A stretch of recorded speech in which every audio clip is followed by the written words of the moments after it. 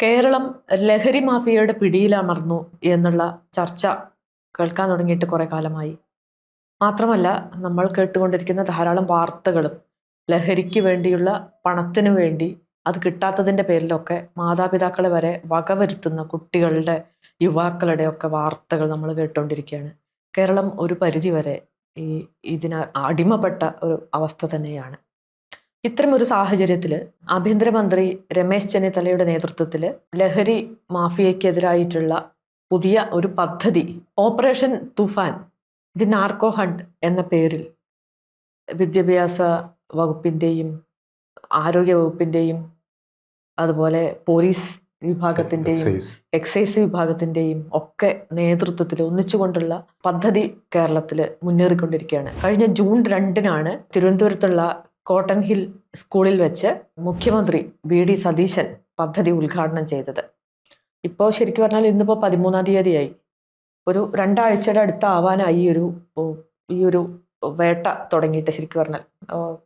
അപ്പോൾ ഈ വേട്ടയിൽ 1500ഓളം കേസുകൾ ഉണ്ടായിട്ടുണ്ട്. അതുപോലെ 1000-ഓളം ആൾക്കാരെ അറസ്റ്റ് ചെയ്യാൻ കഴിഞ്ഞിട്ടുണ്ട്. നിരവധി ലഹരി, കിലോ കണക്കിന് ലഹരി പിടിക്കപ്പെട്ടിട്ടുണ്ട്. അത് കഞ്ചാവായിട്ടും MDMA ആയിട്ടുമൊക്കെ പല വിധത്തിലുള്ള ലഹരി മരുന്നുകൾ പിടിക്കപ്പെട്ടിട്ടുണ്ട്. വളരെ നല്ല കാര്യം തന്നെയാണ്. കേരളത്തിൻ്റെ ഗ്രാമീണ മേഖലയിലുള്ള സ്കൂളുകൾ വരെ ലഹരിക്ക് അടിമപ്പെട്ടുകൊണ്ടിരിക്കുന്നു എന്ന് പറയുന്ന ഒരു സന്ദർഭത്തിൽ ഈ രീതിയിലുള്ള ഒരു ഈ ലഹരി വേട്ട എന്നുള്ളത് വളരെ പ്രധാനപ്പെട്ട കാര്യം തന്നെയാണ്. ഇത് പറയുമ്പോഴും നമുക്കറിയാം, ഈ ഒരു കഴിഞ്ഞ കുറച്ച് ദിവസമായിട്ട് നമ്മൾ കണ്ടുകൊണ്ടിരിക്കുന്ന ഒരു കാര്യമുണ്ട്. അത് പെരുമ്പാവൂര് ആണ് കേരളത്തിലെ ലഹരിയുടെ കേന്ദ്രം എന്നുള്ള രീതിയിലാണ് ഒരു തരത്തിലുള്ള വംശീയ വിദ്വേഷ പ്രചാരണത്തിനും അതുപോലെ ഒക്കെയുള്ള ഒരു അവസരമായിട്ട് അത് ഇപ്പോൾ മാറ്റപ്പെട്ടിട്ടുണ്ട്. സോഷ്യൽ മീഡിയയിലൊക്കെ ധാരാളം അത് ചർച്ചയായിട്ടുണ്ട്. വാസ്തവത്തിൽ എന്താണ് സംഭവിച്ചത്? കഴിഞ്ഞ കുറേ കാലമായിട്ട് കേരളത്തിൽ നമുക്കറിയാം, ഒരുപാട് വർഷമായിട്ട് കേരളത്തിൽ ഈ നാർക്കോട്ടിക് വിഭാഗം ഉണ്ട്. അതിന് ചുമതല ഉള്ളവരുണ്ട്, ഉത്തരവാദിത്തപ്പെട്ടവരുണ്ട്. പോലീസ് ഡിപ്പാർട്ട്മെന്റിലൊക്കെ ധാരാളം പേര് അതിന് വേണ്ടിയിട്ടൊക്കെ അവരുടെയൊക്കെ പണം വാങ്ങുന്നുണ്ട്, അല്ലെങ്കിൽ അവരൊക്കെ ജോലി ചെയ്തുകൊണ്ടിരിക്കുന്നുണ്ട്.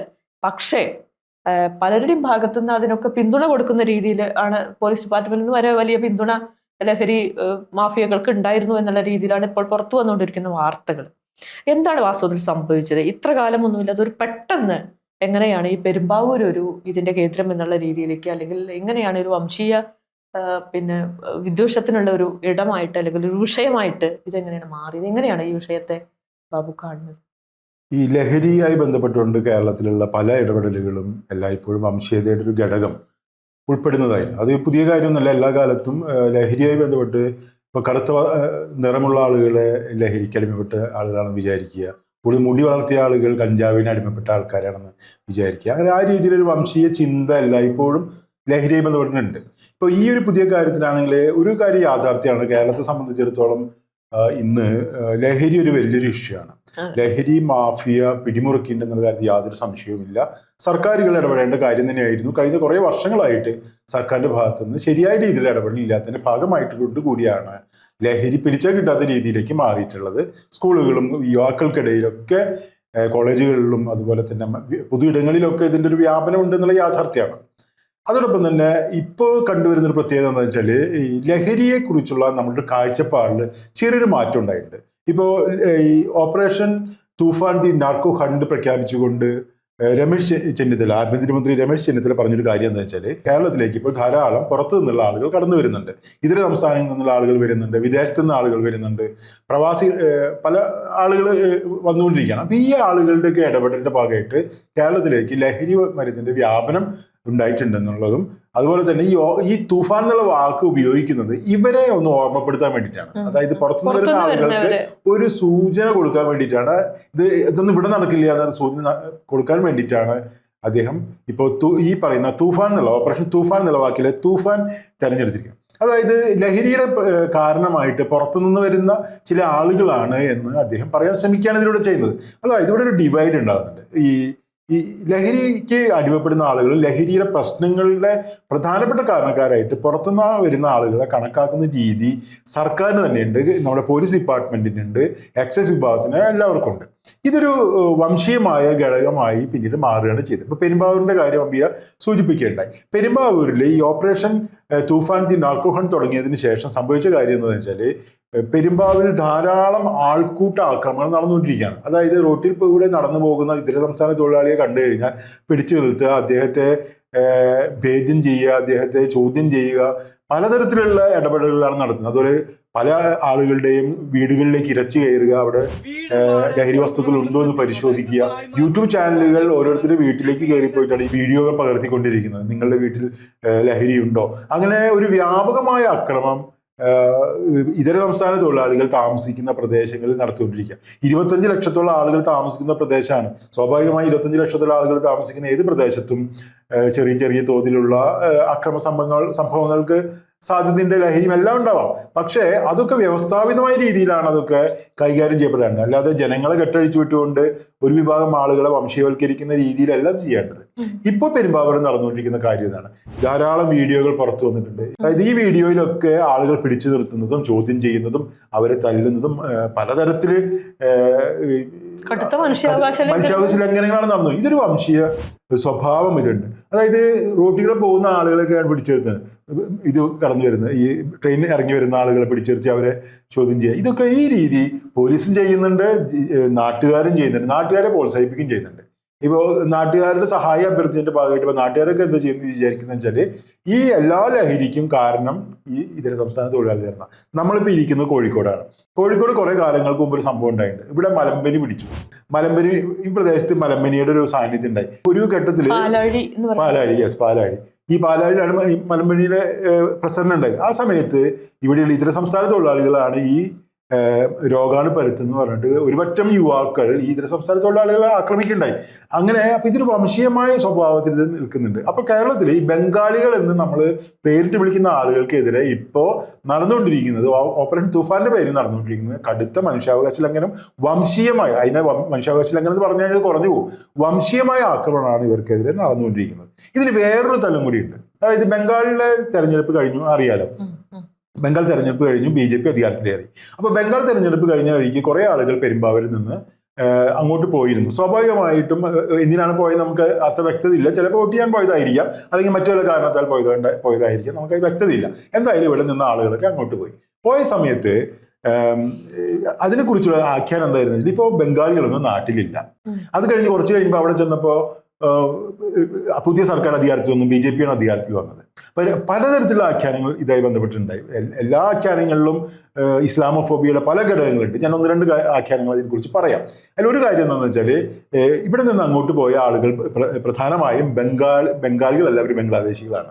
നമ്മുടെ കേരളത്തിൽ ജോലി ചെയ്തുകൊണ്ടിരുന്ന ഭായിമാരിൽ ഭൂരിപക്ഷം ആൾക്കാരും ബംഗ്ലാദേശുമായി അതിർത്തി പങ്കിടുന്ന മുസഫർനഗർ അടക്കമുള്ള പ്രദേശങ്ങളിൽ നിന്ന് ഇവിടെ എത്തിയവരായിരുന്നു.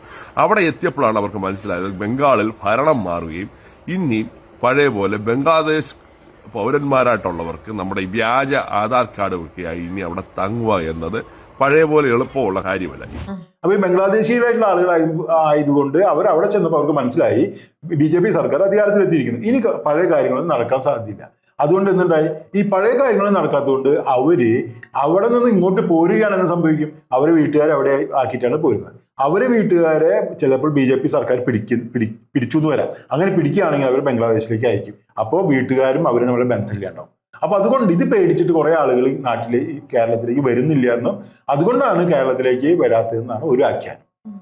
ഇതൊക്കെ ഹിന്ദുത്വരുടെ ആഖ്യാനം. മറ്റൊരു ആഖ്യാനം എന്താണെന്ന് വെച്ചാൽ BJP സർക്കാർ അവിടെ ഇപ്പൊ പുതിയ കുറെ പദ്ധതികൾ പ്രഖ്യാപിച്ചിട്ടുണ്ട്. അതായത് അവർ അന്നപൂർണ പദ്ധതി, സ്ത്രീകൾക്ക് 3000 രൂപ വെച്ച് കൊടുക്കുന്ന അന്നപൂർണ പദ്ധതി, വിവാഹം കഴിച്ചു കൊടുക്കാനായിട്ട് വേറൊരു പദ്ധതി, അവർ തൊഴിൽ തേടുന്നവർക്ക് അവരെ സഹായിക്കാൻ വേണ്ടി യുവാക്കൾക്ക് വേണ്ടി 3000 രൂപ കൊടുക്കുന്ന വേറൊരു പദ്ധതി, കേരളത്തിലേക്ക് പോകുന്നത് തടയാൻ മറുനാടൻ മലയാളിയുടെ ഒരു വീഡിയോ ഞാൻ കണ്ടിരുന്നു. അതിൽ പറയുന്നത് വെച്ചാൽ കേരളത്തിലേക്ക് വരുന്ന ആളുകളെ തടയുന്നതിന് വേണ്ടിയിട്ട് ഒരു പദ്ധതി ഉണ്ടാക്കിയിട്ടുണ്ടെന്നാണ്. കേരളത്തിലേക്ക് ഇനി ആളുകളും തൊഴിൽ തേടി പോകാൻ പാടില്ല, അവരെ തടയാൻ വേണ്ടി അതിനുവേണ്ടി ഒരു പദ്ധതി ഉണ്ടാക്കിയിട്ടുണ്ടെന്നാണ് മറുനാടൻ മലയാളി പറയുന്നത്. അതുപോലെ തന്നെ മമത പോയ സമയത്ത് കുറെ ആളുകൾ ഗുണ്ടകളായിരുന്നു. ഒരു കാര്യം ഉറപ്പാണ്, മമതാ ബാനർജി ബംഗാളിന്റെ ഒരു രാഷ്ട്രീയത്തില് ഗുണ്ടകൾക്ക് വലിയ പ്രാധാന്യമുണ്ട്. CPM സമയത്ത് മോട്ടോർ സൈക്കിൾ ബ്രിഗേഡ് എന്ന് പറയുന്ന ഒരു ഗുണ്ടാ സംഘം ഉണ്ടായിരുന്നു. അവരായിരുന്നു വലിയ ആക്രമണം നടത്തിക്കൊണ്ടിരുന്നത്.